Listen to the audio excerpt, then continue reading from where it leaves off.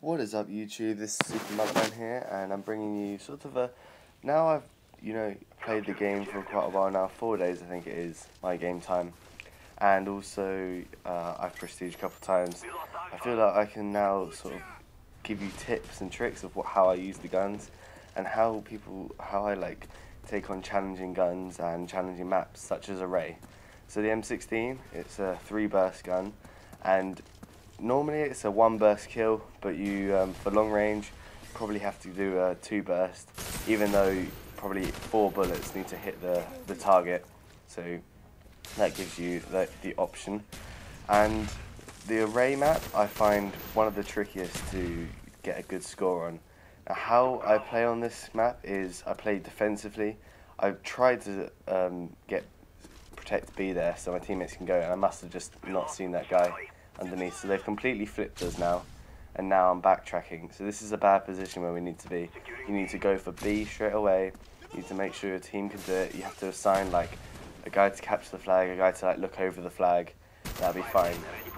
But the advantage of this means that now I've got my spy plane, I'm sort of behind their lines, and this gives me like the upper hand on people, and plus I know where they are and they don't. Now unfortunately there's a stupid ghost in the flipping crane. That is a spot for snipers. You need to pay attention to that spot. I've always been seeing some people there. Now normally I wouldn't say go straight to the guy that killed you, but in this occasion he had a sniper, so just go for it if you get in that situation.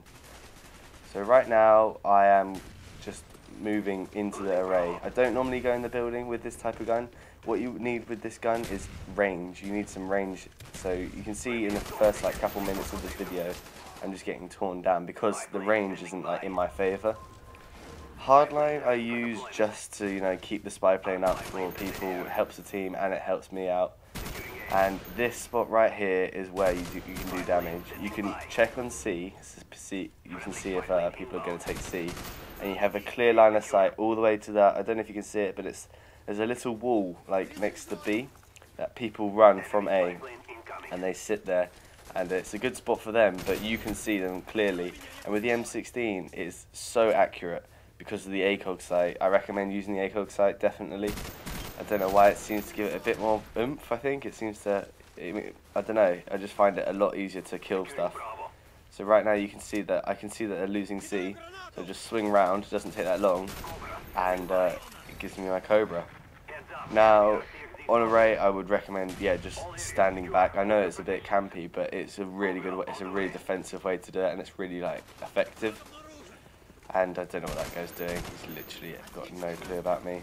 If you didn't know how to get up there, you just walk along the outer edge of the radar sort of thing. So right now I see we've capped all the flags, so I recommend you do not run about in this area because you don't know where they're going to spawn up. That's why I'm looking around. Do you see that he spawned behind me? So I would recommend finding a corner, finding a good place to just make sure you get all your sides covered. Right here I'm trying to find my my spot to do my chopper gunner, and I notice there's a few guys shooting up at top, so using my range I can pick him off easily. Now you see I let that guy go there, and I would do that just to not give my pit position away, because lying down is pretty vulnerable, especially when you're on a hill. You get a better target, I think, for people that are down at the bottom of the hill, especially if they see you first, which is why I chose to pull away from that shot. So I see they've taken Alpha, and I think they've got C and they've got A. We've got B, which doesn't matter. If you get in this position, I really recommend, I don't think it matters that much, because as long as you don't lose Bravo, that is. Because more than likely or not, your team will spawn on one side, which means they'll probably cap like one of the flags on either end, which in our case was C. Now, my tip on how to use the M16 is for the range. I definitely think so. And also make sure you don't go into buildings with a 3-burst gun. Maybe with a G11 because of its sort of quickness, but with the M16 it's pretty frustrating when you get close range, as you'll probably see. I think I muck up on one of the occasions. But right here is a bit of a tricky site, kind of. As long as you see them first, you can pretty much own them, but again, if you're outnumbered with this gun, you can't spray, so I'd really recommend just, you know, standing off, definitely. And it's not like, it's the way you play the game. Everyone says like, oh, you can't do that, it's kind of campy, but it's the way you sort of use the gun to the best of your advantage, like the most effective way.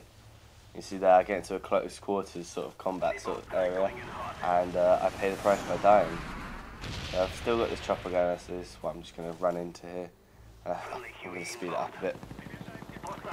So, the chopper gun does its business. I don't know if I should use the chopper gun on this map because of that fat building that's in the middle. It does gives really good cover. But if they're out an A and you have B and C, you do a bit of damage. So I see as soon as I get out of that chopper gun and we're losing C, I'm just trying to frantically get back. And that will be it. I think this is the most effective way of playing the game. I recommend you try the M16 out. It's a good gun. And you see here, I jumped up and there is a guy up there. This is another tip. Do not chase this guy. He is the upper advantage. You have to climb over. You can't shoot for a moment of time. He can sort of look at that window. Now he goes round to the corner like I do, and this was just a bit lucky.